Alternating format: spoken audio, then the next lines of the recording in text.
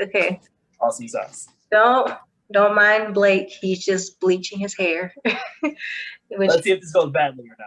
Yeah, he's brave. I wanted to bleach my hair for a very long time, but I'm scared to do it. So it's a process. I literally just got my girlfriend to do it, and like she's now all excited about it. Like at first she did purple, now it's blonde. I think she wants to do another color, but I'm like, no, stay blonde. Blondes have more fun. Blonde actually fits you, so I think. Thank you. Yeah, it fits your vibe. So. Thank you. That's probably why I haven't changed it. I love it so much. But thank you for finally like wanting to do this process with me. And it's just like fun to like finally actually talk to you, even if it's virtually and not in person. Yeah. As long as we've known each other, we've never like had just like a single solitary conversation. I think we've known each other like maybe I knew you before I got into business, so maybe 7 years now. Mm-hmm. Like our Lucha Underground or something like that. Yeah. The first season of Lucha Underground. Yeah, that's how we met. It's kind of crazy to believe that was 7 years ago, by the way. Right? Oh my God, I feel so old. It's like I've been rewatching episodes on this app called Tubi TV. I've been rewatching. Yeah. And it's insane that it's up there for free. I remember like anticipating Lucha Underground every Wednesday night. Because it like really fit my vibe. It had like a pro wrestling and a grindhouse kind of vibe. And I was liking to grindhouse years ago, and like the production was so different. The commentary was so different. It reminded me of like if they did Wrestling Society X back in like the mid 2000s. If they did that right, I remember. That's what I watched that too. Like all those short-lived promotions. Yeah, short-lived promotions. Wrestling Society X. Things like Lucha Libre USA, I watched that too. Yeah. I think that was also on MTV. Who did catch my? He was a big fucking dude. Mark Jindrak was on that. That's how I found out about that. Yeah, I know him as Marco Corleone. That's how I got. Okay, because he was on. Never pronounced that. Yeah, he was on CMLL, so that's how I got to him. I didn't even know he was in WWE. Yeah. Yeah, he was. It was a hot, just a cup of coffee, honestly. Yeah, he was like in that faction with La Sombra, who is Andrade now. Yeah, or Li, Los Ingobernables. Yeah. They were all in that group together. That's how I got introduced to him. Okay. But before we proceed, you must do a mini introduction of yourself. A mini introduction. Okay. Let me think. I'm trying to think of something that's not entirely stupid, like I do like before my entrances. Let's see. Okay. Punk rocket, extra most bestest in the world. Hi, my name is Blake. And then I do the fucking Rascals thing for no reason. Yeah, that's pretty cool. I think it's like I love people who like have my similar interests, especially if it's more than one. I think I also rock with you because you like punk music and I like punk. Yeah, and like there aren't a lot of us. So it's like when you find somebody that finally like, oh my God, you know exactly what I'm talking about, and then you like kind of gravitate towards that person. Yeah. Like everything's like kindergarten, honestly.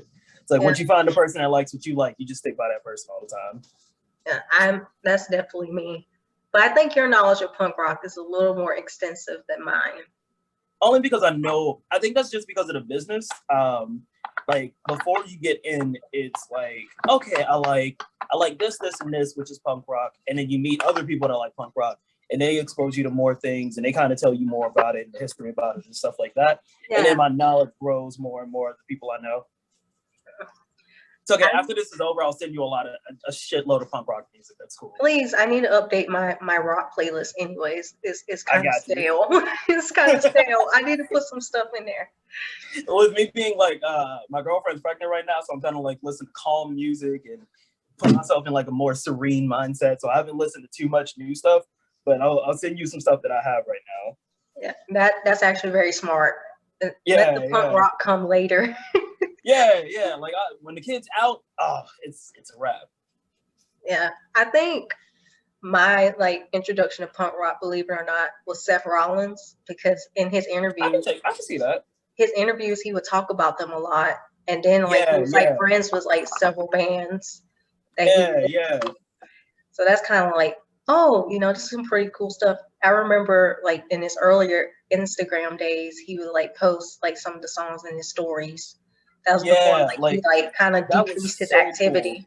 Cool. But yeah, that's how I like really got into it. Similar, but just with CM Punk, with him being friends with a lot of guys, pretty much same thing without the Instagram story. CM Punk. I was gonna say CM Punk too, because I was like, oh, he got me hooked on Rancid. I love Rancid. Exactly. So yeah. Rancid and Operation Ivy, because I remember in his documentary that I watched, he had like the Operation Ivy logo tattoo on his leg or something. Yeah, I was like, I gotta check this out, and now I'm like heavily into Operation Ivy. But they only had one album. I didn't like Operation Ivy. I love Rancid, and I really, really, really love Minor Threat. Yes. Them and Sublime as well. I can go all day. Exactly. What's your favorite genre right now to listen to? Oh man, I listen to a lot of music, but I think since I'm a dancer, I'd say Latin music, because I do Latin dancing. But I'm also very much back into like the older rock bands. Like I listen to 𝘮𝘭𝘢 and Joy Division and Bad Religion. Yeah. Those older bands. Yeah. Also, I think The Doors. I love The Doors. Okay. That was one of my dad's favorite bands when he was younger, was The Doors. Mm-hmm. They're so cool. Especially Jim. Yeah. He's like, I went to a concert once. And we thought we were going to a concert. We pretty much just went to Jim Morrison's Acid Experience. He just walked around on stage reading poetry. And I was like, that sounds like the best fucking concert ever. Like, you wouldn't go, like right now in my generation, we wouldn't go to like a Black Veil Brides concert and watch Andy just read poetry randomly. It just doesn't happen anymore. Everybody wants to perform, and everybody wants to like stick to music. Nobody wants to be cool drug addicts anymore. You know, Jim was definitely that. He was flamboyant.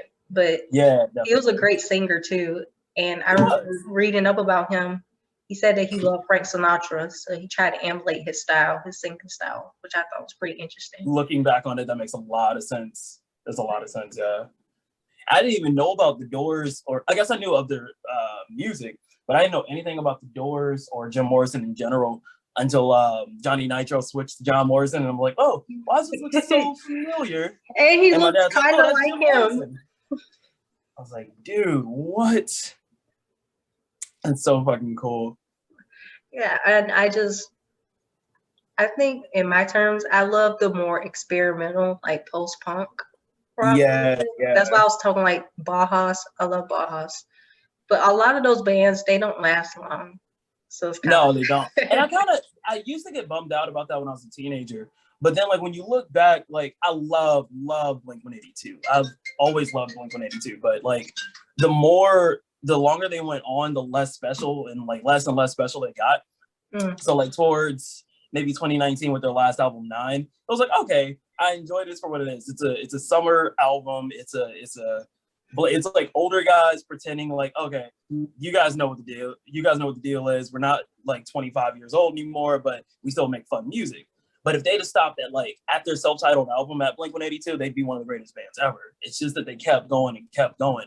That made them less special, but at the same time, I still appreciate them, and they have fans that still appreciate them. But it's like, if you don't enjoy it anymore and you want to just stop where you are, then you could probably be great. But if you want to keep going and stuff like that because you enjoy what you're doing and people still enjoy what you're doing, even if it's not as good, then, you know, you kind of just building your legacy at that point. And I respect you. Yeah. And I think another thing is, it's kind of crazy when like a lot of rock bands, like of like the modern day, like particularly the 90s, they get you into like much older artists. Yeah, definitely. Nirvana got me into this blues singer named Leadbelly, and I love blues, and I did not know who Leadbelly was until I listened to Nirvana's version of Where Did You Sleep Last Night, and that's how I got into Leadbelly. That's a cover? Yeah, that's a cover. Oh, wow. I didn't know that. I actually had no clue.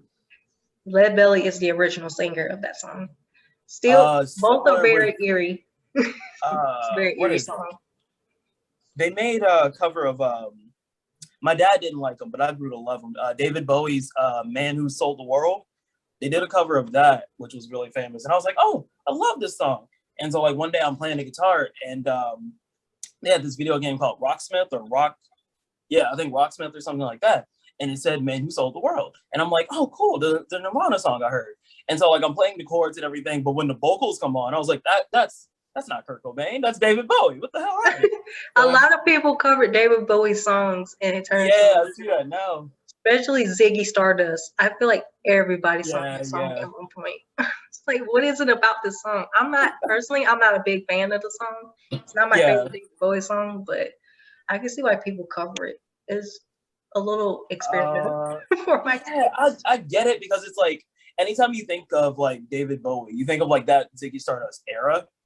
The big shiny like makeup and the fucking deal here and whatever. I thought it was the coolest shit ever. I still think it's the coolest shit ever, honestly. Like when you look at his albums and like how he changed, and like I was talking about with Blink, like how he changed over the years, it's like, okay, I see why you kept making music. It's not necessarily that you tried to make it better, it's just more different from the previous thing. So I always had a big appreciation for David Bowie. Unfortunately, it was around the time that he died when I started listening to his music. And then when he died, I was like, oh well, shit. I just started listening. That sucks. But I can get into like rock bands and stuff all day. But a fun fact about me is that I actually listen to metal too. Do you? Yeah. What's your favorite metal band right now? Ooh, wow. Because I have little to no experience. There's this German metal band I like. Their name is Rammstein. I love their music. Okay. I don't like their music videos though. They're a little weird, but I love their music. I heard German music videos, as far as metal goes, are a little graphic and very hard to understand.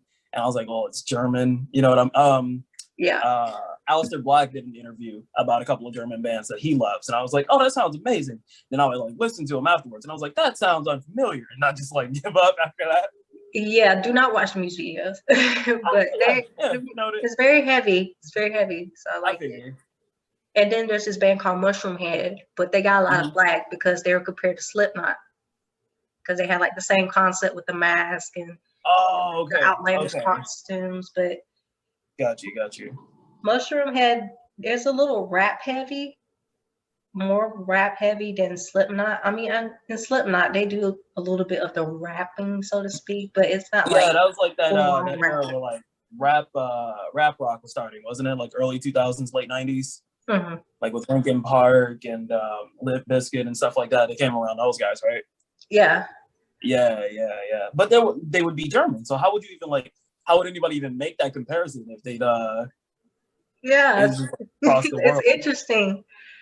So it's like, how is that even possible? But yeah, I think it's Slayer I like. Okay. Megadeth, Pantera. Okay. Of course, Metallica. I love of course. Metallica. And a few other bands that I cannot think of right now. That's fine.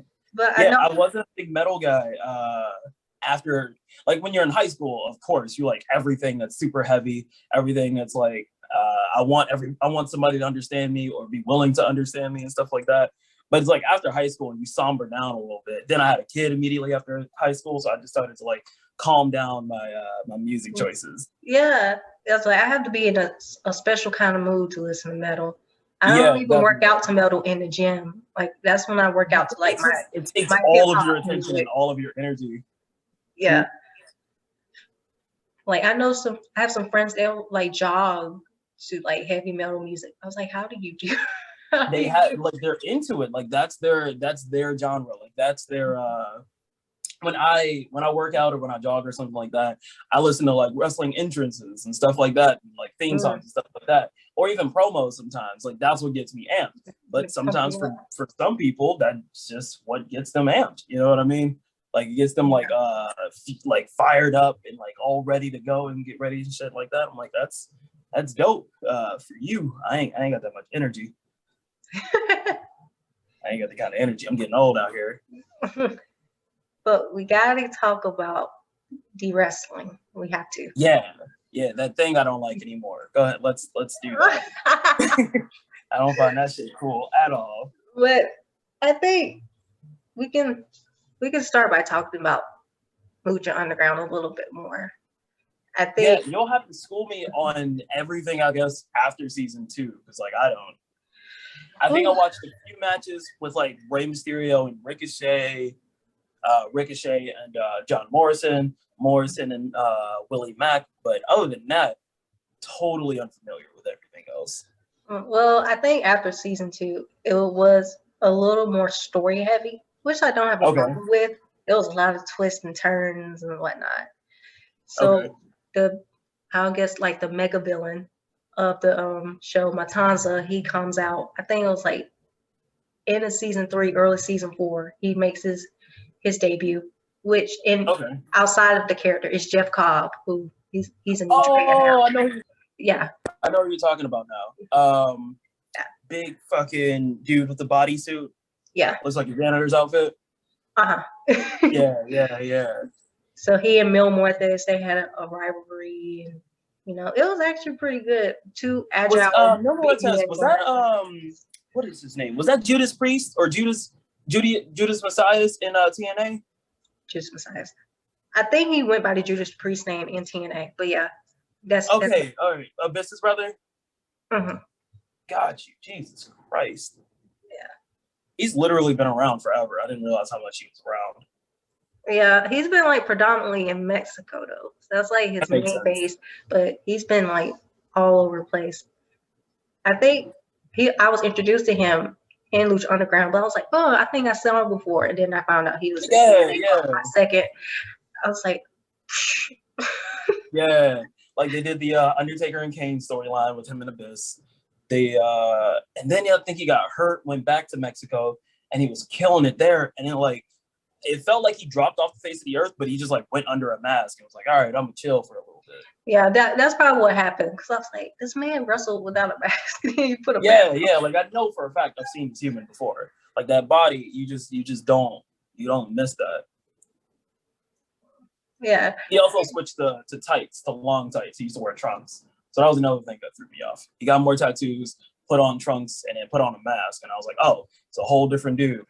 And I think another like soft spot I had is when they had Io Shirai, Mayu Iwatani, and I can't remember who the third girl was, but it's a part of that trio from Stardom. They were in Lucha Underground, and then Io had a match against Pentagon Jr., and that was really dope. What was this? I think this was like early season 4. Don't back me up on that. When I find it, I'll send it to you. But it was a part of like the Lotus Triad with I cannot remember her name. I think her name was Lotus, and she was like in a rivalry with Dario Cueto, who's like the general manager, and she brought them in to kind of like even the odds. But they got into it with Pentagon first, so that's how that match happened. Got you. It was a great match. Really great. I remember not knowing yet, but I remember Pentagon and Phoenix. Like, I didn't know how good he was going to be, but I thought Phoenix was the best thing on the show at the time. They were, especially. Oh my God. I was like, they cannot be having these good matches just on Lucha Underground. Like, I have to know everything about these human beings. And at the time, there was literally nothing about them. Like, there wasn't anything on Wikipedia. All you could find was like matches and stuff like that. And I was like, oh, fuck, cool. And then maybe a little bit afterwards, I thought it was just storyline. And they were like, yeah, they're brothers, yada, yada, yada. I won't fight my brother anymore. And I was like, oh, that's sweet. And I look online finally, and they're real brothers. I was like, that's cheap. Yeah, at this point, that's what really shocked me. Matches. Oh my God. Y'all been having these matches forever at this point. Yeah, that's fucking cheap. Y'all just gonna blow everything else out of the water. I loved it. My favorite Lucha Underground storyline of all time, though, was when Pentagon was kind of like breaking people's arms and like coming out to his master. You know what? I love that until I got into business and motherfuckers were starting to try to do that too, like do that same thing. They're like, it's the Pentagon spot. I was like, I hate you so much. No, Pentagon executed it well. And he played like a menacing heel. I want that Pentagon in AEW. That's what I want. Yeah. I feel like Pentagon was supposed to be like their big star, like as far as a gimmick, as far as a presence. That was supposed to be in lesser terms their Undertaker, where he's the guy, like he's the big nasty like gimmick and stuff like that. Nobody's supposed to conquer. He doesn't need a belt. He doesn't need a special like prize or anything like that. He's fucking Pentagon. And then Phoenix is the guy that's supposed to be like I'm the world champion because I'm the best wrestler in the world, et cetera, et cetera, et cetera. I think he's proven it against like pretty much everybody he's ever wrestled on that show. Like, there's nobody that can touch him right now. Like, it really hasn't been anybody that can touch him. But now he's on American television, showcased all across the world. I don't understand how he's like not world, like at least TV champion or he's definitely main event material. Definitely. Yeah, like that match with Kenny, I thought would have like sparked something. I was like, there's no way they can deny Phoenix being the best wrestler in the world. Yeah, but those two, whether they're a team or whether they're like apart, like they just make magic happen. I just need them to face each other every week on Dynamite, honestly. That's all I want in my life. 52 weeks of Pentagon versus Phoenix will do it for me, honestly. I'll watch AEW every week.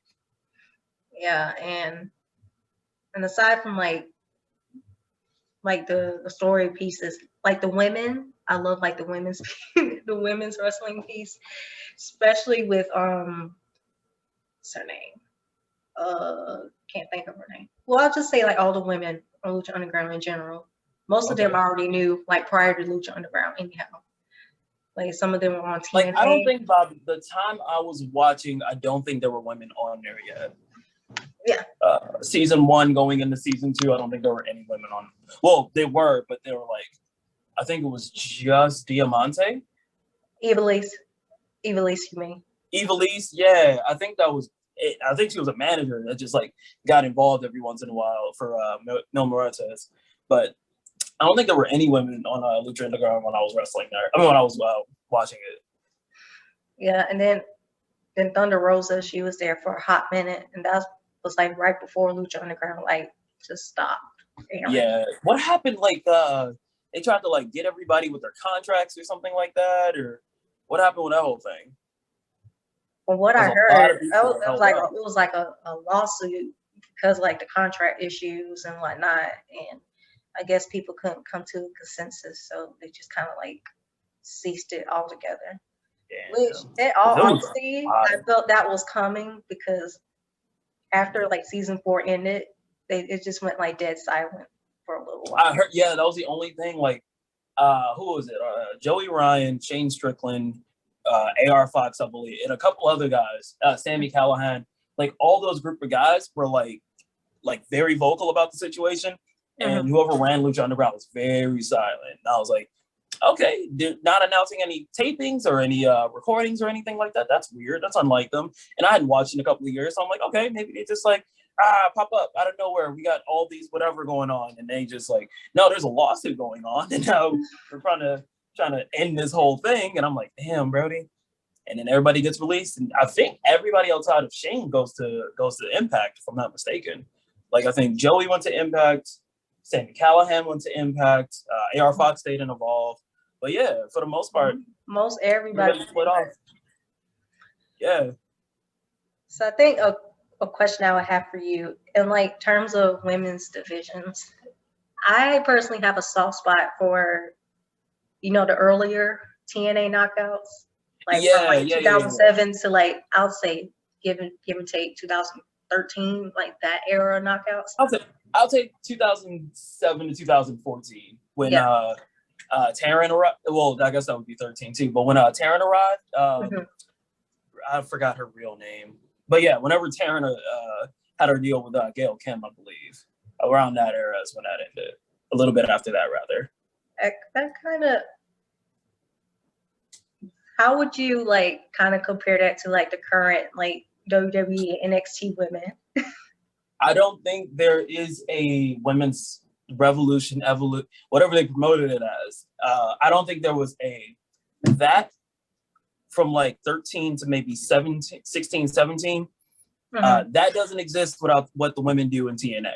I think when women that really, really, really wanted to wrestle and wanted to get their athleticism and their storytelling out there, when they got disenchanted with whatever they were doing and whatever they were given in WWE, they would go and get a lighter schedule and, you know, whatever money they were getting at Impact, go prove themselves, and then come back to WWE as either a commodity or come back for some money and then go back to TNA and be able to wrestle again like that and make their stars bigger, and then go into acting after that.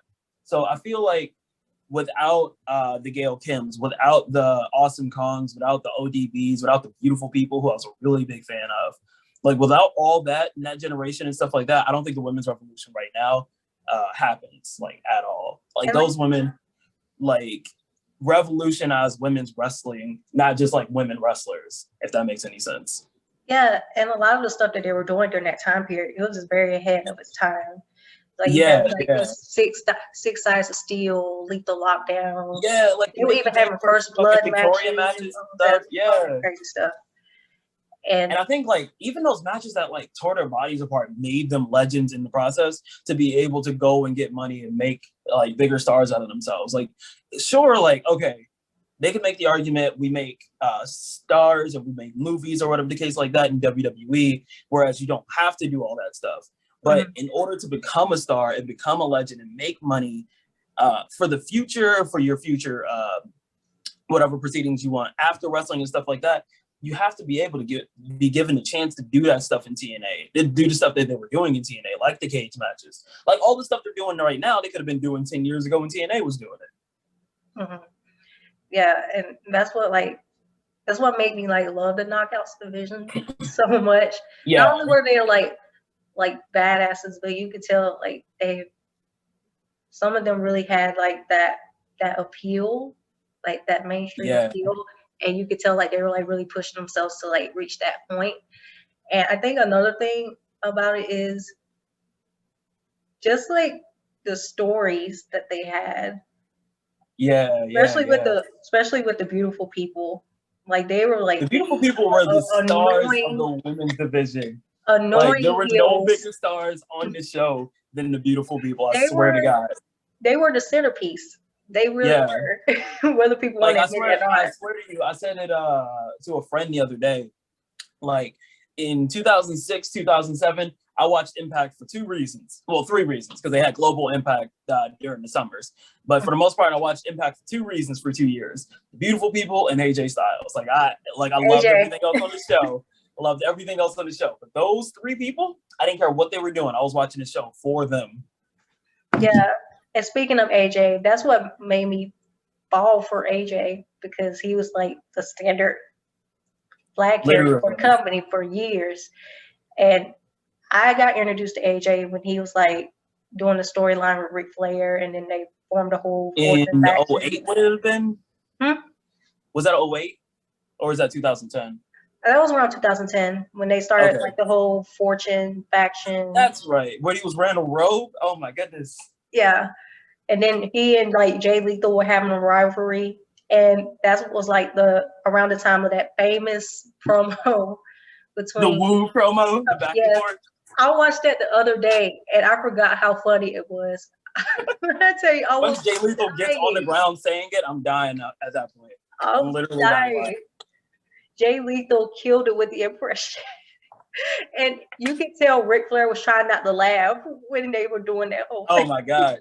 I heard when they cut the cameras off and stuff like that, he did. But for the cameras, before they went to commercial break, he was able to keep a straight face, which I had always admired. But couldn't be me. I'm not gonna lie to you. Because there's Rest of Fortune in the ring and stuff like that. Could not be me. I'd be on the floor laughing super hard. I could not hold myself together. Which is crazy though, because now you look at Jay Lethal, he's kind of like a top guy. Yeah, he's all serious, and he's been he's more mellow now. And I'm just like, what happened? It just like at that point though, like when you're I guess undersized and you're trying to get a little bit of name recognition, and you're trying to earn respect and stuff like that. As an African American smaller wrestler, you do anything that works, anything that gets anybody's attention, good or bad. You do whatever you have to. And then once you're in the position to be able to like, all right, cool. And then, dust is settled and you can do whatever you want. You can be happy.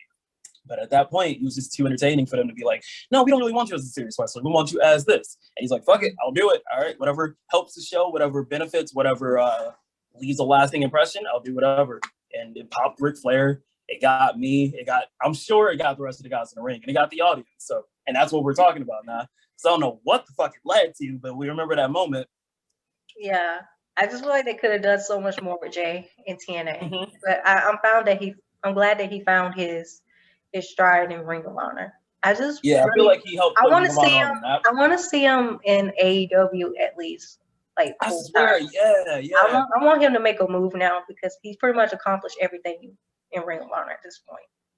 I feel like I think he was supposed to go to WWE years ago, but I feel like Ring of Honor needed him really bad. He's a loyal guy, so I was like, I understand that aspect too. But it's like we were talking about earlier with music. It's like he's gone everywhere and done everything he possibly can. At this point, he's just building on his legacy instead of seeing like stopping at one place and just like that being it.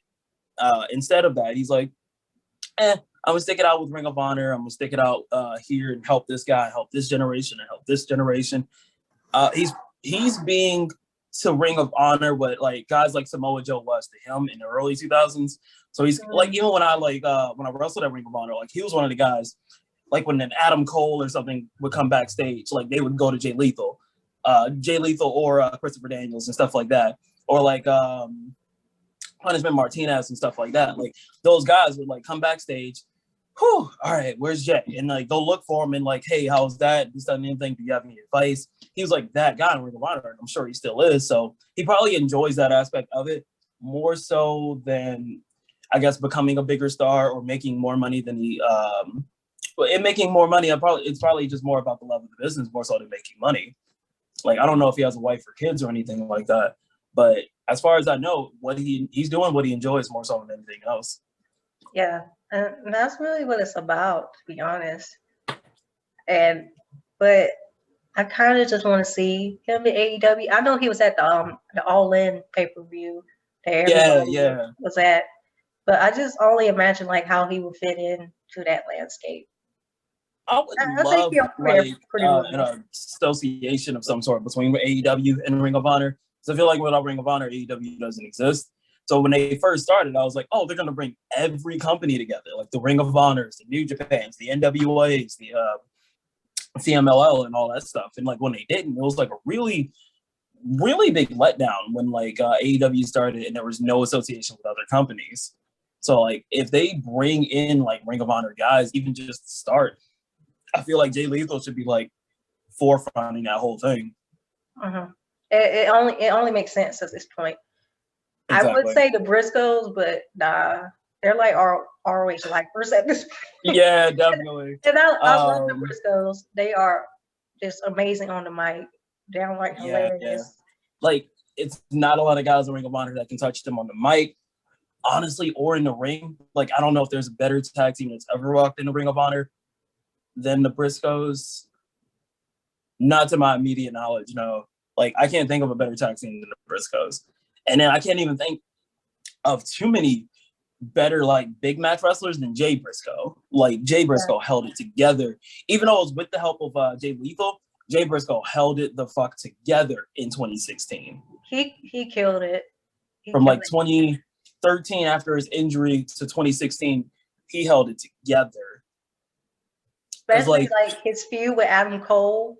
Exactly, I was gonna say, yeah, his feud with Adam was like really like with Jay Lethal at the time being like the sympathetic baby face when he did turn against Adam Cole. Like he's the guy that like the Bullet Club got the jump on, and then Jay Lethal comes in and he's the badass baby face that you're not gonna fuck with me. I'm gonna hurt you as bad as you think you hurting me. And then he's like the Undertaker. Like Undertaker doesn't get sympathy. He's like, I'm gonna get revenge instead of making you feel bad for me. Like, oh, you know I'm gonna get him.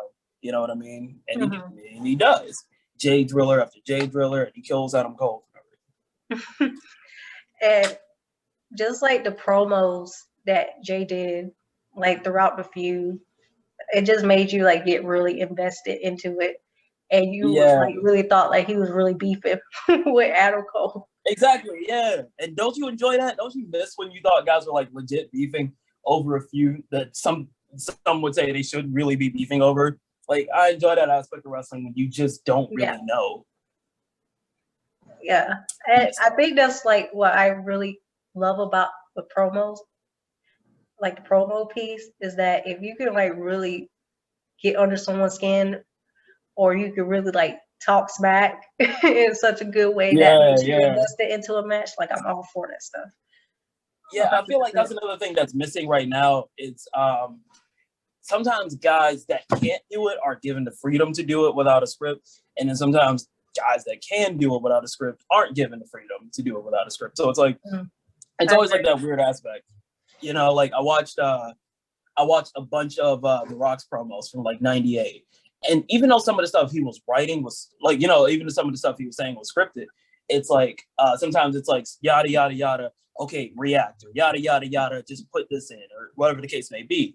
And it's just some of the most entertaining shit, like even to this day. It's been like 20 years or some odd. And like he did one on Kane, and it's like not stuff you can say like right now, but it's just the way he came up with it was so funny. It's like now you're doing jumping jacks. Kane's happy because Kane can talk. The big red, you know, whatever the case may be, can finally talk. And I'm like, just fucking only him, only he could get away with things like that. Yeah, I just love it, and of course he's like just smoothly transitioning to acting. I think because of that, like his like great ability to like really interpret a script, and then like kind of do his little improvisation along the way. Do you think that's why they have people follow scripts so they can transition easily into acting? I personally think that could be the case, and I kind of also feel that there are wrestlers who thrive better with the script and they're not entirely good at that improv piece, which is, there's nothing wrong with that. It's just that it's just what they're inclined to do. And I kind of feel like there needs to be a little less restriction in that route and giving wrestlers more the freeway. Say, hey, if you're more comfortable with going by the script, you know, it can be available for you. Or if you have that capability to improv, you know, off the rip, and then just kind of, you know, help build on like wherever segment or wherever few you're in, then you should definitely do that. But I really feel like there are a lot of great wrestlers, like in ring wise, but when it comes to like the entertainment piece, they tend to like shy away or get a little uncomfortable. And like I said, it doesn't negate like their skills or their talents. It just shows that, you know, maybe they're not really inclined to like do that kind of stuff. They're not used to doing it. So that's why I really feel like that script piece should be available for like those wrestlers so they can still be able to adapt. But, you know, there are wrestlers who may on the opposite side, maybe they're just more charismatic and they're not necessarily focusing like on the move set, but they have like a move set to like, you know, be able to go in the ring. But, you know, their strong pieces like, you know, the entertainment and like the flashiness of like the sport, and then maybe they have like that capability to just go off the rip and improvise. So different strokes for different folks, but I do think there needs to be like a balance of both aspects for things. Smoothly. Like what springs to mind immediately is the like, okay, say the Lucha Brothers. Like I've never heard a promo from either of the Lucha Brothers, right? But you know, in the ring, whoever they're in the ring with is going to deliver. Like it doesn't matter. You can sell a match on just their in-ring ability alone. Exactly. And then guys like in AEW, say a Ricky Starks. Like Ricky Starks can go in there and make a good match with anybody because Ricky Starks doesn't do too much. I can't think right now of a Ricky Starks move. You know what I mean? But Ricky Starks is going to talk you into the building before you get there. Or like an Adam Cole in NXT. Like same thing. I can't think of an Adam Cole move. But I mean, other than like his finisher or whatever the case may be. But like he's going to talk you into the building before you get there. It's like there are guys that can like Penta has the zero miedo thing. Like whatever he says, end it with zero miedo. So it doesn't matter exactly what his promo is. You know what his mantra is, and you know in the ring he's gonna have a good match. On the flip side, it's like guys that can have promo after promo after promo. You know, whatever they do, whatever match they have, they're gonna try to hit this one specific move, the Panama Sunrise, or that whatever the fuck DDT thing that Ricky Starks does. I don't know what it's called, but whatever match they have, they're gonna try to hit their finisher. So it's like, like you said, it's different strokes for different folks. I feel like either way, a company should be able to base their company around the star power of that person and whatever their strengths are, and be able to hide their weaknesses. Yeah, and I think it's great that you mentioned like the Lucha Bros, because back in Lucha Underground, you know, Pentagon in particular, he would cut like these promos, but it would be in his native language. Yeah, However, yeah. you know, he was over with the audience to the point that even that didn't matter, because they were just so like in a trance with like his moveset and like the compelling story that he was telling, like within that match, that, you know, even that promo piece wasn't necessarily the case. But I know like in the Lucha Underground fan base, you know, there was a lot of Spanish speakers because the Lucha Libre style. But, you know, still remains the same. You know, he didn't necessarily have to cut a promo to get over. Exactly. He did, and I give him props for that. You know, just like enhancing like the story that he had with like his master, which I still love that story. That was dope. That was so amazing. They had the death match. He almost killed him. What was that match? You ever watch like did you ever watch Shinsuke Nakamura in Japan, in New Japan?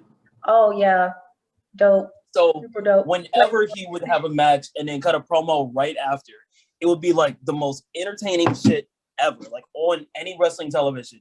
Shinsuke Nakamura's like his match and then post-match promo, I understood nothing. There were no subtitles, no, like, I don't understand. But every single time he said something on the mic, it got a reaction. And his like body language and his movements and his reaction, it made me excited. You know what I mean? It made me see who was gonna fucking face him next, because whatever he said, he ended it with Yao. And I don't know what the fuck that means either, but I was like, yeah, Shinsuke Nakamura. That's what got me into Shinsuke too, because in the Japanese wrestling, you know, setting, you know, the promos, that's just kind of like, it's not like American wrestling where it's like flashy or, you know, a Japanese wrestling promo is kind of like kind of just saying, oh, what I'm gonna do in this match. Oh, let me wash this out of my hair. Come with me.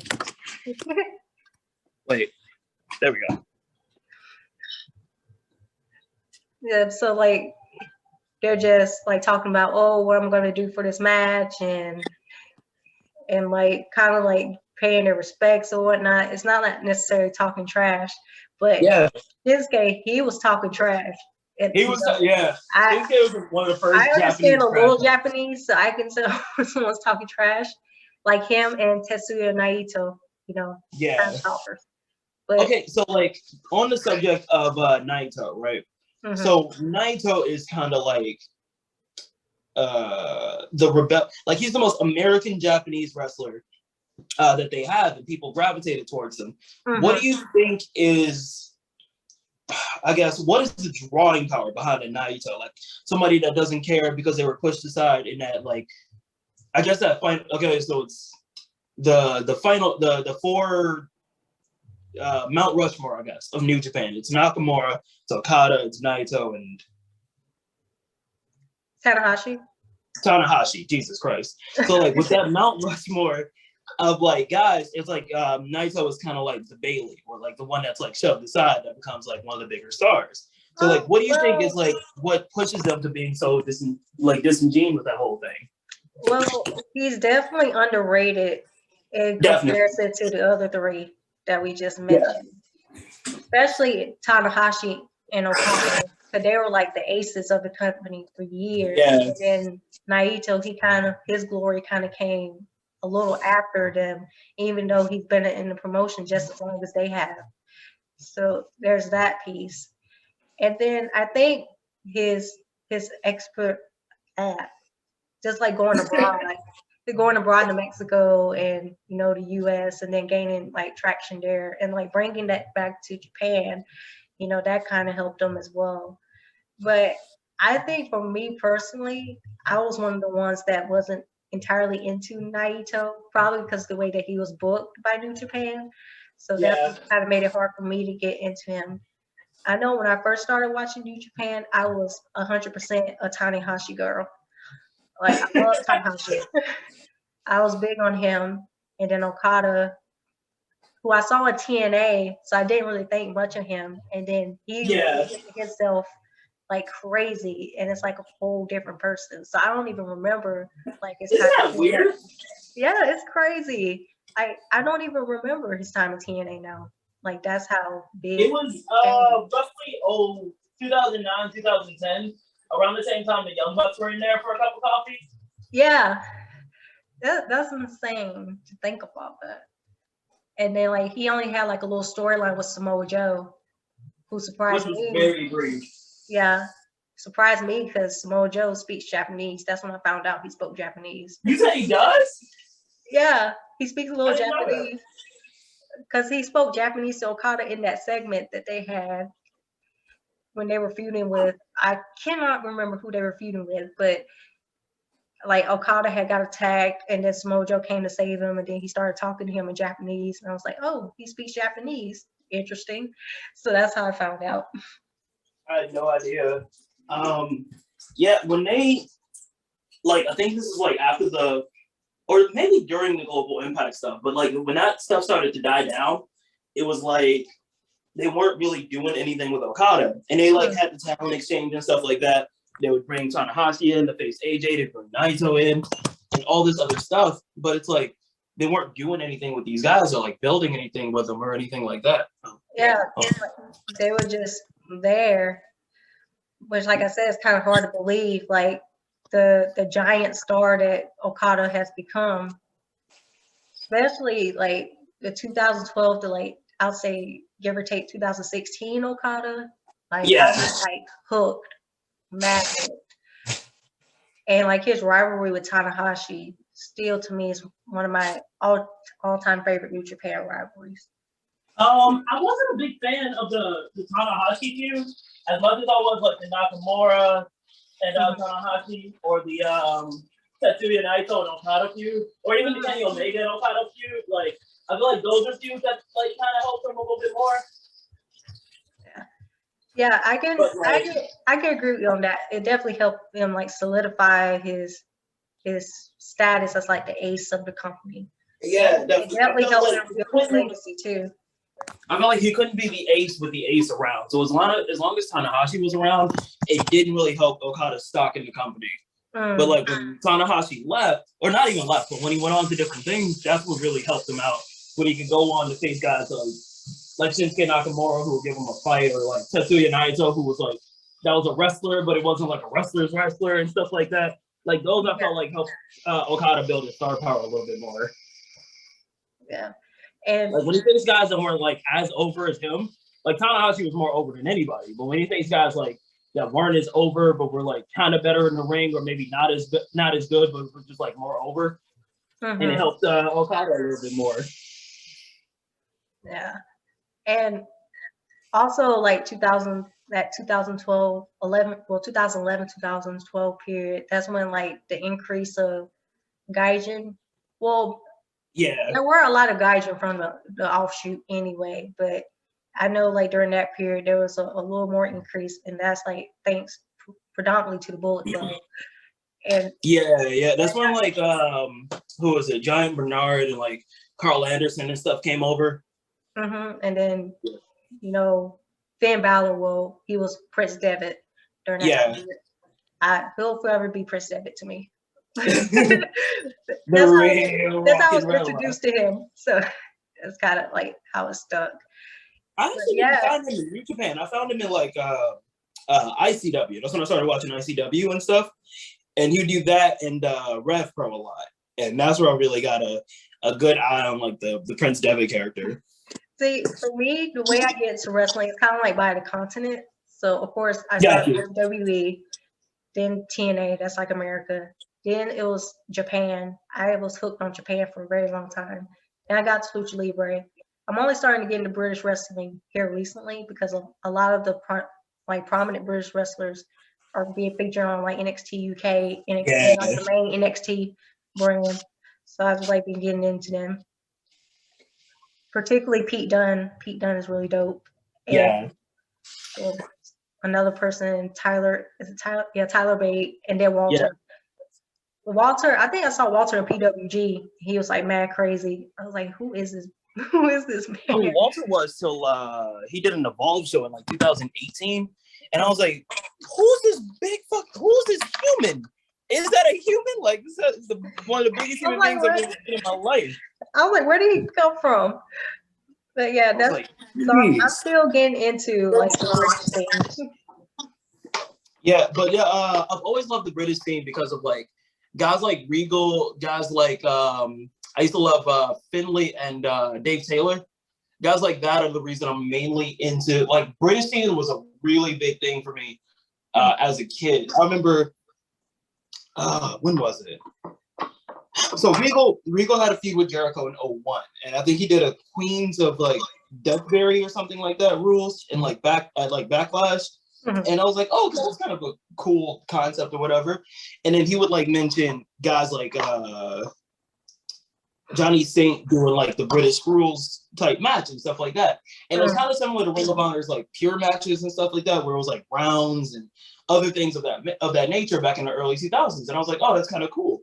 So like I would watch guys like Johnny Saint do these like round matches, and like Rocco, I forget the names, but it's a bunch of like British guys that like I learned to love as teenagers and stuff like that.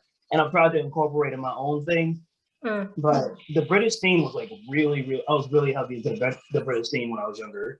Thanks to guys like Fit Finley, Dave Taylor, Johnny Saint, and even Norman Smiley came from that scene too. And I was like, okay. So even guys that like were super entertaining were still like super dope in the ring and stuff like that, and could probably like teach you like pretty much every single style that you could possibly do in the ring. Like they just have that sort of knowledge, and I've always pretty appreciated the British for that. Yeah, and I think for me, I've always had a soft spot for like the Canadian wrestlers. Okay, I see that. Yeah, I've always loved them, and I think I like shared with you, I've been doing like Dark Side of the Ring reviews, and then the first episode they did of season 3 was about Brian Pillman. Yeah. I was like, that's kind of like one of the biggest what ifs in like wrestling history, in my honest opinion, because I personally believe like he had like main event qualities. Yeah. But, like throughout his career, given like the promoters or bookers, like some saw that in him and some didn't. So that he would like get a push, and then he'll get pushed back and get pushed. Exactly. And then, what do you think Brian Pillman would have did in like had he not died in October of '97? What do you think his future would have looked like? Maybe a year prior to that, like a year after that. Oh boy, I have to remember what he was last doing before that happened. I think he was like in like a feud with Goldust. Goldust. Yeah. With Goldust. That's like with the infamous Brian Pillman has a gun segment. It was right after that. Yeah. It was right after the Austin thing. And then him and Goldust were feuding over Marlena. And he kidnaps her. They go into bad blood. And he's never seen again. Yeah. That in itself was very eerie because we didn't know what was going to happen next. Yeah, until midway through the show. I personally, as like a person who wished this, I would have loved for him to be in a main event type of situation. And I kind of him maybe have wanted him to revisit his storyline with Austin. I said the same, yeah. In a more high pressure situation. Like a world title scene. Yeah, because at that time Brian Pillman, he was not upper card. He was mid card. I think I have a theory that says he was only mid card because he had gotten his injury. I think if he was healthier, or if they just waited for him to get in the ring and stuff like that, because I heard he was in a lot of pain and he wasn't performing like he used to be able to. Mm-hmm. So if he was healthy during that time and he survived October of '97, I think the first Austin feud after WrestleMania 14, I think it might have been with Brian. I think Vince would have recruited Brian to face Austin after WrestleMania 14. See, it's those what ifs. Yeah. I love just trying to think about what would have happened if this, or what would have happened if the same thing with Owen. What if Owen lived to be, you know what I mean? In the 2000s where the Eddies came in, the Jerichos came in, and all those guys. And all of them. And the Benoits, all those guys he missed in Japan, I think, came into the WWF, and it's like as soon as he passes, then all these guys come in. It's like super sad to think about, but I love the what ifs. Like what if like all those classics they would have had? Exactly. Yeah.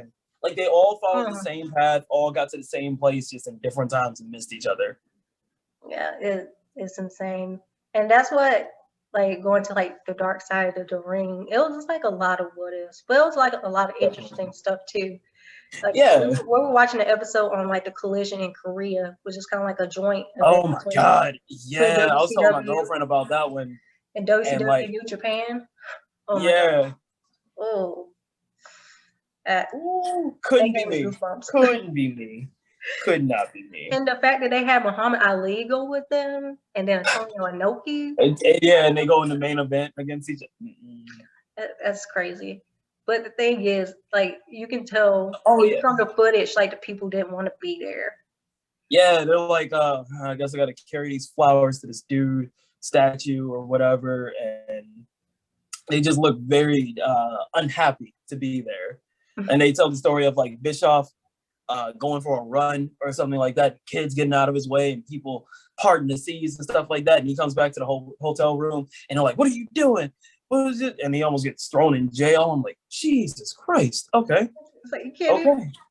And like the part where Scott Norton was talking about, I guess like he was like frustrated. He was like talking to like his family on the phone, and then like flew him into a room, and like one of the people spoke English, like, "Hey, you can't be saying stuff like that. You can get in trouble."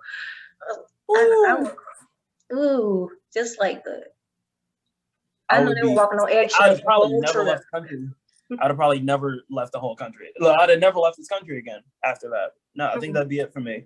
And think like Ric Flair, who's like, he's like known for being crazy as hell on the road, and he has to like tense up. Like, yeah, so like, I don't know what I'm supposed to do in this situation. I don't want to go to jail and I don't want to die. So he's scared. So that's a big deal. Ooh.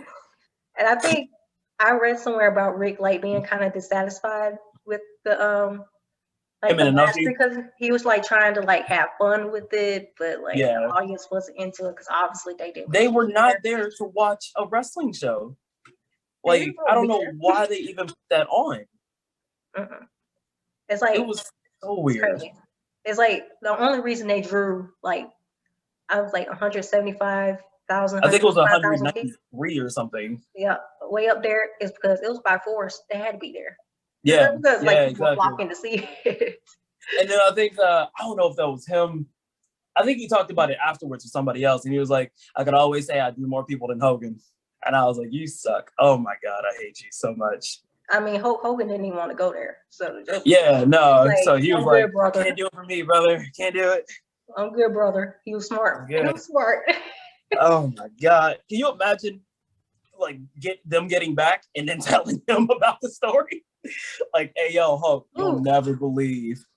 Can you believe? Like, I can imagine like him being in the States and they come back and he's like, okay, you're not gonna believe this trip we just went on. Remember we went to Korea? Not nice, not cool. It's like, see, that's why it's a no for me, brother. And just think about like the women's matches and like how the people would have felt, especially like in the ways that people Koreans tend to see women. And they had women's matches. It was like Japanese women. It was Japanese women. So I'm just like, it was like the New Japan WCW stuff. So like Inoki's guys and then the WCW guys. And I guess anywhere else in the world that would have worked, but Jesus. Yeah. Antonio Inoki was trying to increase his political presence. That's what it was. And didn't he still lose? I think he did. So all just to lose. I would have blackballed Inoki from the company, from the business. I'd have been like, bro, you almost got everybody killed, and you lost. We're never talking to you again. Exactly. Don't hit my line no more. He took the biggest L. He took the biggest L in pro wrestling history. I cannot. I just said, don't hit my line no more. Don't book me no more. No more bookings from you. Not no more. Not no more. But then I didn't even know that Too Cold Scorpio had went. Yeah. So that was surprising. I think a few Lucha guys went. I know a few Lucha cruiserweights went. But yeah, it was a that's what it was. It was a couldn't be me story. That's what that was. See, no, absolutely not. It was a whole production too. It was it was like a carnival featuring wrestling. But it was no fanfare at all. It was like strictly business. They just stared at you for like 3 hours. Yeah, I couldn't like, even. I've been in front of crowds that like didn't give reactions. I would have rather been in front of the crowds I was in that didn't give reactions than the ones that are being forced to watch. Yeah, I probably think it was. I don't want to say like it was probably traumatic for some of the wrestlers, but I think they probably be better. I think the trip was. The show wasn't. I believe the trip might have been. And then the end part where it's all about Ric Flair getting off the plane, like after leaving, kissing the ground, just he like messing up his thousands of dollar shoes. It's like, I'm so happy, I'm free. I don't blame him. I really don't blame him. Like sometimes you get off a road trip or something in the States. Sometimes you just drive for so long, you just miss being home. They almost died in a place that's not their country. So I was like, you know what? I get thousands of miles away. Yeah, exactly. Like I get it. I understand. Now I see why a lot of wrestlers tend to go to Japan. Like Japan. Yeah. Japan is lit, but Japan is lit. Japan is free. Like they cool. I don't blame them. I don't. I really don't. Like, do you? Speaking of Japan, do you have a favorite Japanese feud? Do I have a favorite Japanese feud? I think I kind of said it. Well, I watched Frontier Martial Arts Wrestling. So kind of like to preface that. The reason I got into New Japan Pro Wrestling anyways, well, Japanese Pro Wrestling, I should say, is because I was watching like old ECW tapes, and there was a match, Mike Awesome versus Masato Tanaka. They had a rivalry. Yeah, that's one of your favorite feuds, right? Yeah, of all time. And then Tanaka, I was like, okay, let me look into some matches on him. And then he was in FMW. And then I got into Hayabusa and Atsushi Onita, and they had a feud. But they also had beef in real life. So they over the ring. Yeah. Onita apparently was trying to bury Hayabusa. I don't know how true that is, but apparently they had beef backstage and they translated over to the ring. And that's what I kind of liked about it. And then their FMW women's division, another favorite rivalry of mine was Megumi Kudo versus Combat Toyota. And it culminated in a death match. It was Toyota's retirement match. And then Kudo won the title, and it was dope. So those are like my two favorite rivalries. And Hayabusa, he became one of my all-time favorite wrestlers because of like his innovative high-flying stuff. It was like very ahead of his time, and he wrestled in a mask and not in a mask. I prefer him in the mask. Of course, it's the iconic look. Yeah, but he retired so early, like in his career. He spent the majority of his time at FMW, but it was by choice though. He was offered like contracts. I've heard, like New Japan. I think all Japan. I think even WCW too, but don't quote me on that. No, I remember WCW trying to get at him in the mid '90s. I thought originally that he got hurt after accepting it, but I guess he just I guess he never accepted the offer, and then he kept wrestling in FMW, and then he got hurt. No. And I think as soon as he started to walk, he died, didn't he? Yeah, he was very injury prone. And then after he retired, he was like really sick for a long time. And then he passed away. I think it was like 2015 or 2017, those dates. Like, I remember it like being a really big deal. Like they wheeled him out there, and then he like got up and took like this long walk to the ring. And it was like one of the most like momentous things ever, because it's like that was our guy that like helped revolutionize like this high flying style for guys in the 90s and stuff like that. And then like he does it, and it's like, okay, maybe there's hope after all. You know what I mean? Like light at the end of the tunnel. And then like not too long after, he passes, and we're like, oh, well, Jesus Christ, okay, all right, that hurt. You know what I mean? But it's like I would rather that be the case than for my man to die in a wheelchair, because that's how Dynamite died. Like he went, you know what I mean? He never got out of his wheelchair before he went. So it's like, damn, that sucks. But at the same time, you know what? At least he got his happy ending before he went. Dynamite never really. The closest he got to his happy ending, from what I can tell, was like seeing his daughter. You know what I mean? So I guess to some degree he got his happy ending too. Yeah. But it's like, damn, he never lived to like walk again. And I think not necessarily like rivalries, so to speak, like Japanese rivalry. Like you mentioned Dynamite Kid. I also like this stuff with the Tiger Mask, the original Tiger Mask. Early 80s Tiger Mask. There's so many of them. But there's like, that's like one of the greatest feuds.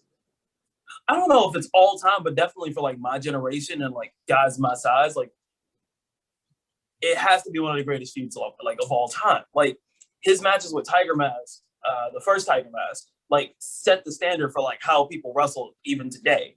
Like in the ring, the brutality and stuff like that, the athleticism, the spots they do, the high flying stuff, the seemingly reckless stuff they do that took years off Dynamite's back or Dynamite. Yeah. It's like it built some sort of like, not necessarily like a self-destructive legacy, but like you only live once. Like you have one career. Lay it all out there on the biggest stage you possibly can. You know what I mean? Like the matches they had in Japan and the matches they had in the Garden, like those, they could live off that for the rest of their lives if they really wanted to. They wanted to go out there and keep continuing to like build their legacy. Like we talked about with music, like it peaked there. Like there was getting no better. You can go and keep going and stuff like that, or you can rest on your laurels and hey, I'm the guy that did that, you know, like that match, that album, whatever the case may be. But they kept going and kept doing it and wanted to like up the ante year after year after year. Like eventually it costed Dynamite, but Dynamite's legacy overall lived longer than he did because of it. Yeah, and that's what found me very entranced with like that 80s period of, you know, American and Canadian wrestlers, you know, even like British wrestlers going to Japan and like using it as like the platform to like, you know, build their legacy. And, you know, such names like Mick Foley, Terry Funk, especially Terry Funk. Oh my God. Terry Funk's so, man, legend doesn't even begin to describe Terry Funk. Man. And I hope he's okay, because I heard he was like in bad health. He might be in a home right now, but it also might be due to like his wife passing. He just wants like company or something like that. I wouldn't be surprised if he's like, I just wanted the company. Yeah. And then Stan Hansen, who was like very popular in Japan. Definitely. I didn't even realize how popular he was. He was like this big, half blind. He was really legit half blind. Legit half blind cowboy. Beat shit out of you with a bull rope or just like punching you. And then he do like suicide dives too on top of that. Yeah. I was like, damn. Like do headbutts and fuck, man. Stan Hansen was a huge human being. Like, I didn't realize how big he was to like, because like when he worked in the States, everybody was big. You know what I mean? Like everybody was around that size that he could work with. But then he went to Japan and I was like, okay, I thought this person was big. Yeah, exactly. He was a giant among them.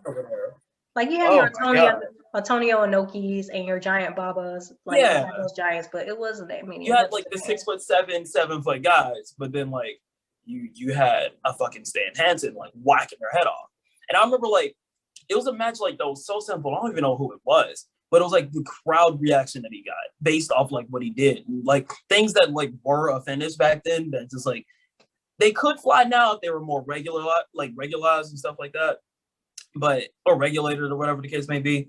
But like he just like sits a guy up top or something like that. The guy's in the ring, he's outside, and he's on the apron, and he just like lariats this guy. His fucking head comes off like damn near, and he like gets to the ring and pins him. I was like, yeah, that was the greatest fucking thing ever. Like, of course that would be the finish because he just took his head off. You don't have to do anything after that. Get in and pin him. That's it. He's dead. It's it. Like you hit him close range and lariat his head off. Those lariats were a mess, like in a good way. Those lariats were a shoot. Like whoever he hit with that lariat, that was a wrap for you. That was a wrap on the rest of the day. But it's insane though. Like Stan was more popular in Japan than he was in like his native country. But like, I wouldn't want to work with Stan. That had to do with like a lot of big guys like him. But he was quite agile for a big guy. Yeah. During that time. A lot of guys in that generation were like for big guys, like the Brodies, the Stans. A lot of those guys were like super fucking athletes for some reason. Like Vader, Like guys like that was just like super. Oh my god. I mean, he was like popular in Japan too, drawing crazy ratings doing stuff that he was doing. And then Bam Bam Bigelow. Bam Bam, yeah. He was doing enziguris and carrying on. I was like, dude. Nah, I love big guys in that generation. Into the 90s, of course, everybody had to get smaller and you had to respect the sizes and athleticism and stuff like that. But in the 80s, you can't. I have to watch a big man match like a Stan Hansen, a Brody. Bruiser Brody matches, Stan Hansen, Vader. Oh, Bruiser Brody is another one for me. Oh my god. Another what if. And that was another guy I got into like after they passed, far after they passed. Just fucking legendary matches. Just like guys like that have a presence, guys like that are like stars and stuff like that. And then you have Bruiser Brody. Like he was above all that. Like he was God over there in Japan. Or Godzilla as they call him over in Japan. I can see that. He had like the crazy wild hair. Yeah. It looked like he beat the crap out of you. He just looked downright maniacal. Yeah, I can see why they call him that. Yeah, like I can see why everybody thought it was a shoot, honestly. Man, it's just so much. So I think like a final question I would have for you is just kind of like, given that the audiences are coming back, what are like some things that you're kind of looking forward to seeing, and like in like regards like the reactions? Like, do you like think it's gonna be like louder pops because like they're happy to see the wrestlers again, or are they gonna just go back to the original format that they had like before the pandemic? I think I talked to this with my friend Josh, and I feel like we were going so fast before the pandemic hit. We were going so fast that we weren't like looking in the rearview mirror to see exactly what we were doing. And a lot of things like I was really not interested in like before the pandemic happened. Like I wasn't really interested in wrestling, watching it or anything like that when like this whole thing happened. So like now that it happened, it's like everything feels new again. It's like, oh, how are they gonna react to this? Or like, how's the business gonna change? Nothing felt like the business was changing before the pandemic hit. From like 2017, 18, 19, everything felt like good, but stagnant. Like nothing was improving, nothing was changing. And then the pandemic hit, and you got like a Bailey coming out and being like the star of the show. You got like a Sasha Banks like running the show. You got a Drew McIntyre carrying the whole like the whole era of like the pandemic and stuff like that. And then you didn't have the Brock Lesnar's, you didn't have the Goldbergs and stuff like that for real. You just had like guys that were like there every single week, but they weren't being highlighted every single week because the guys that were being highlighted were gone for the most part. So you got to see like new stars, and you got to see like different things you wouldn't ordinarily. Some of it worked and some of it didn't, but you got to see new shit. Like I don't think Roman Reigns would have turned heel if the pandemic didn't happen. You know what I mean? Yeah, so like I would like for them to a lot of people say like, oh, he needs to turn heel. I was like, they weren't gonna do that. Yeah, like we've been saying this 5 years by this point, and it wouldn't do it. And what happened? There were times when they should have did it. There were times where they should have did it. Like the Royal Rumble, Mania, Mania 32. Yeah, honestly. Because the main thing I want to see is that same sense of change and that same sense of like urgency. Like they kind of rested on their laurels, like they'll buy it regardless of whatever the fuck we do. And then it's like the pandemic hits, so like, oh shit, maybe they won't buy it. Like everything's up for interpretation. So like they might switch the channel. Now there's no fans or anything like that. They might watch an actual movie. I want them to keep that same sense of urgency and the same sense of, oh, we have to improve. We have to make things as best as they could. We have to listen to people going into this new era that we're coming into. Yeah, and that's the main thing. And they're bringing up new faces. I know on SmackDown they brought in Tegan Knox, Shotzi Blackheart, Toni Storm. So Toni Storm, I can't wait for. One of the nicest human beings I've ever met in my life. I've never met her, but I can tell she's an absolute sweetheart. And I just loved her. I followed her extensively, like since like Japan, and then like UK, where she was like a big baby face that she was like over. So exactly. I can't wait to see how she fares. Now that and she's gonna be in front of crowds. So I'm like, that's a perfect time. It's the perfect time. She was a heel though at NXT, so I'm wondering if they're going to keep her heel or they're going to debut. I don't think they'll buy her as a heel. They're going to love her. They are going to love them some Toni Storm. Yeah, they're probably going to put her as a face. And then of course Shotzi. I love Shotzi. I'm not as big on Tegan's work, probably because I'm not as familiar with their work. Shotzi I followed on the independent circuit because she had a match against Shayna Baszler when Shayna was on the independent circuit. I was like, who is that? She looks so cool. And I was like, oh, now I got to follow her. So I met Shotzi a couple of times. Another nice human being. I say this all the time. I was like, I was watching War Games with my boys. And what show? I think I met her in Ohio or something like that.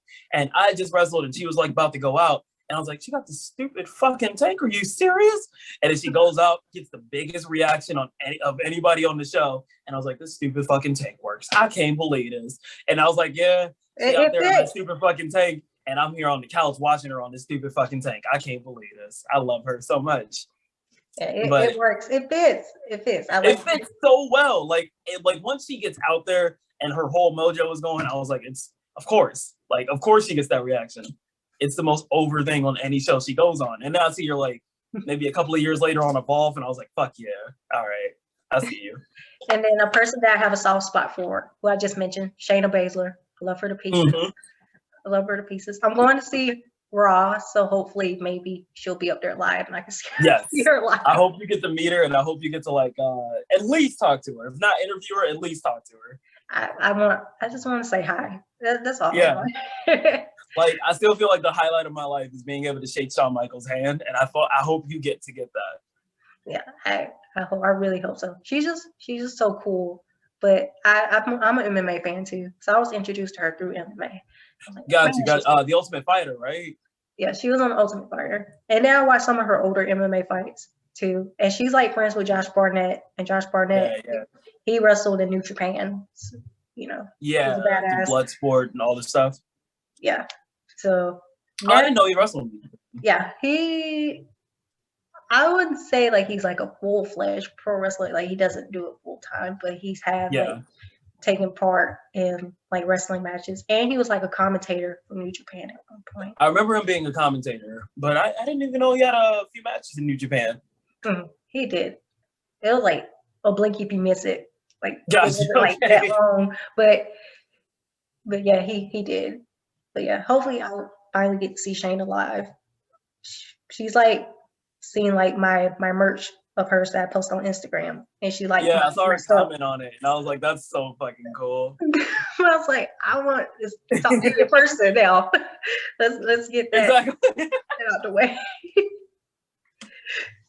So I think we can cap it off on that note. Time flies by, but we covered a lot of ground. Yeah, definitely. We have to do this again at some point. Yes, we got to. I got some thoughts on some things that's going on. We'll recap how the first month of the post-pandemic era goes. You mean like right now? No. I'm saying like the next time we talk, we have to talk about like how the first like few shows like with wrestling fans. We'll talk about how that goes. Oh yeah, definitely. Since I'll be at one of them, yeah, I have to. Got you. I want to make a vlog, but I'm not sure about camera guidelines. They probably changed it up a little bit. I have to look into that.